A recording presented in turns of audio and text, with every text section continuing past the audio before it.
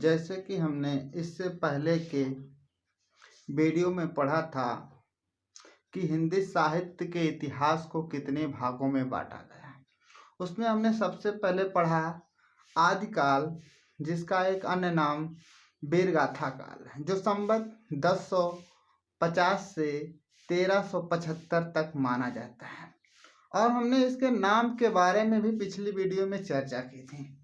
आदिकाल नाम जो कि आचार्य हजारी प्रसाद द्विवेदी ने दिया था, उसी का वीरगाथा का नाम आचार्य रामचंद्र शुक्ल ने दिया था।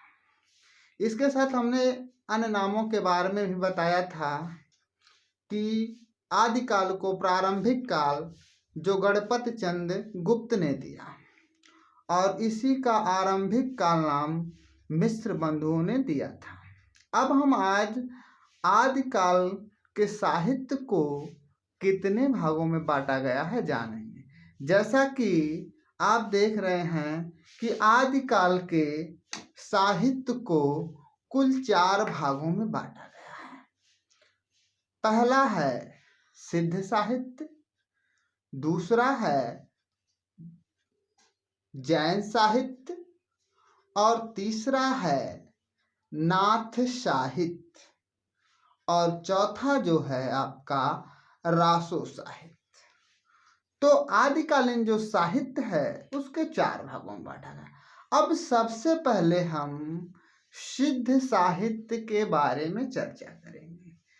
जैसा कि आपने सुना होगा कि जब हमारे देश में बौद्ध धर्म आया तो बौद्ध धर्म की 2 शाखाएं विकसित हुई। एक शाखा का नाम हीनयान, एक शाखा का नाम हीनयान, और दूसरी शाखा का नाम महायान। इसी महायान शाखा को हम वज्रयान शाखा के नाम से जानते हैं। और इसी वज्रयान या महायान शाखा से ही हमारे सिद्ध साहित्य की उत्पत्ति होती है।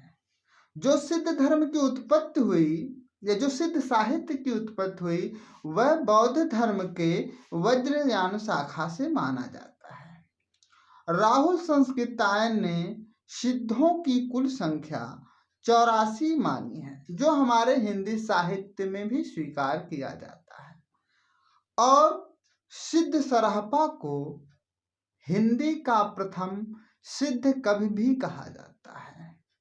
सरहपा को एक तरह से हिंदी का प्रथम कवि भी माना जाता है।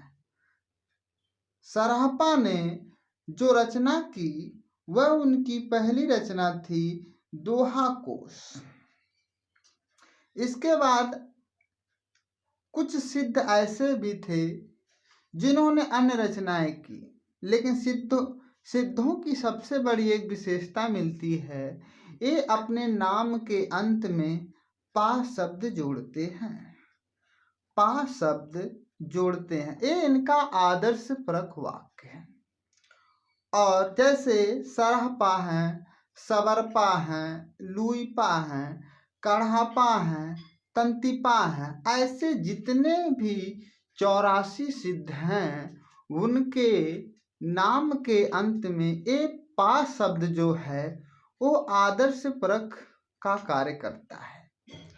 इसके बाद जो हमारा अगला साहित्य आता है उसको हम जैन साहित्य के नाम से जानते हैं।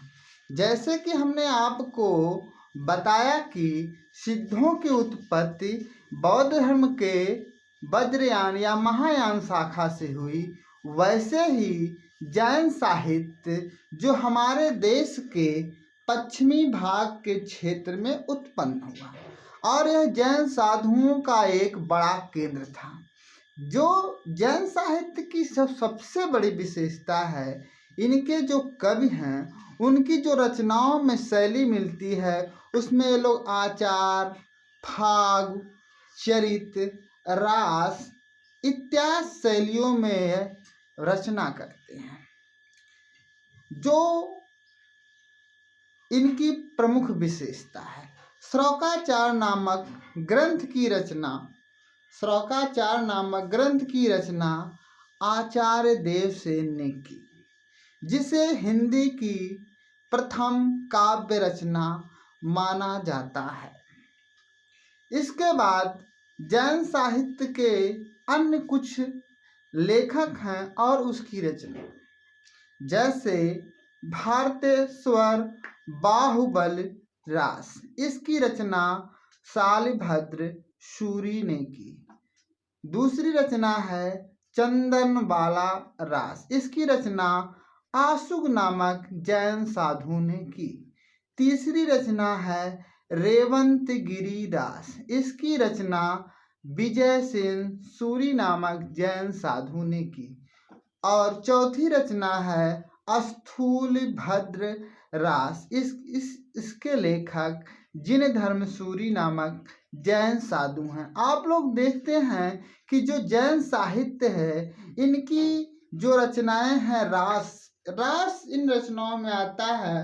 रास का अर्थ होता है आचार्य भरत मुनि के अनुसार क्रीडनी यानी श्रृंगार परक रचनाएं, जो जैन साहित्य की सबसे बड़ी विशेषता है।